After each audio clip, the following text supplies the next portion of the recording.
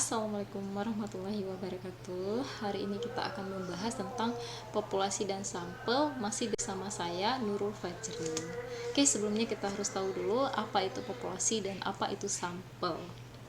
Nah, populasi merupakan jumlah keseluruhan dari satuan-satuan atau individu-individu yang karakteristiknya hendak diteliti. Sedangkan sampel adalah sebagian atau sebagai wakil populasi yang akan diteliti. Sebagai contoh, mungkin kita akan meneliti di sebuah sekolah tentang kemampuan matematika, komunikasi, matematika siswa kelas 7. Nah, yang menjadi populasinya adalah seluruh siswa di sekolah kelas 7, tetapi yang menjadi sampel adalah hanya beberapa kelas di kelas 7. Nah, ada beberapa kriteria sampel, yaitu yang pertama, sampel itu harus representatif atau mewakili populasi. Yang kedua, besarnya memadai. Sebagai contoh, kita ingin meneliti tentang kemampuan matematika siswa kelas 7, maka yang menjadi sampel adalah kalau seandainya adalah 10% dari total populasi. Artinya banyaknya sampel juga harus mewakili populasi. Tidak boleh ketika sampelnya 100 orang, maka tidak boleh ketika populasinya berjumlah 100 orang yang menjadi sampel itu hanya 1 orang. Minimal sekali yang menjadi sampel itu adalah 10% dari total populasi jika populasinya lebih dari 50 ya. Oke, terus besarnya juga memadai, tidak boleh terlalu besar atau terlalu kecil. Oke. Nah, selanjutnya kita akan membahas tentang teknik pengambilan sampel. Nah, apa itu teknik pengambilan sampel? Yaitu teknik pengambilan sampel dari populasi yang kemudian sampel tersebut diteliti dan hasilnya akan dikenakan pada populasi. Sebagai contoh, ketika kita meneliti 2 kelas daripada total 7 kelas, maka hasil dari 2 kelas tersebut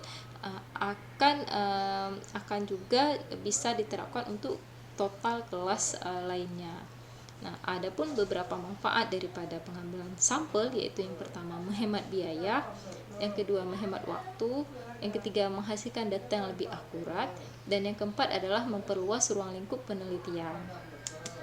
Nah, teknik sampling itu terbagi kepada 2. Yang pertama probability sampling, yang kedua non-probability sampling. Nah, probability sampling adalah teknik sampling yang didasarkan fakta bahwa setiap anggota populasi mempunyai peluang yang sama untuk dipilih menjadi sampel.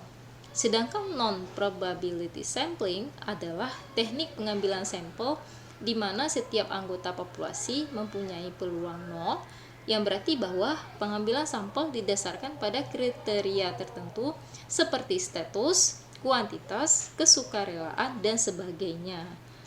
Nah, ada beberapa jenis daripada teknik probability sampling. Yang pertama, atau yang paling sering digunakan, yaitu sampling acak sederhana atau simple random sederhana. Oke, yang kedua yaitu sampling acak sistematis atau systematic random sampling. Yang ketiga yaitu sampling acak stratifikasi.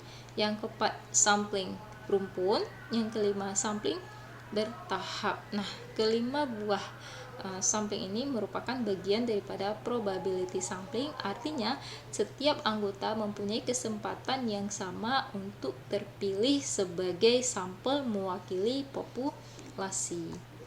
Oke, nah selanjutnya kita bahas adalah jenis-jenis daripada non-probability sampling. Yang pertama adalah sampling kuota, yang kedua adalah sampling kebetulan, yang ketiga adalah sampling purposif, yang keempat adalah sampling kesukarelaan, yang kelima adalah sampling bola salju. 5 buah sampling ini adalah bagian daripada non-probability sampling. Artinya setiap pemilihan sampel daripada populasi itu menggunakan pertimbangan tertentu alias tidak bisa dilakukan secara acak. Oke, mungkin itu saja bagian yang telah saya bahas, bagian daripada teknik populasi, teknik pengambilan sampel ya. Semoga bermanfaat, semoga ilmunya berkah. Lebih dan kurang saya mohon maaf. Assalamualaikum warahmatullahi wabarakatuh.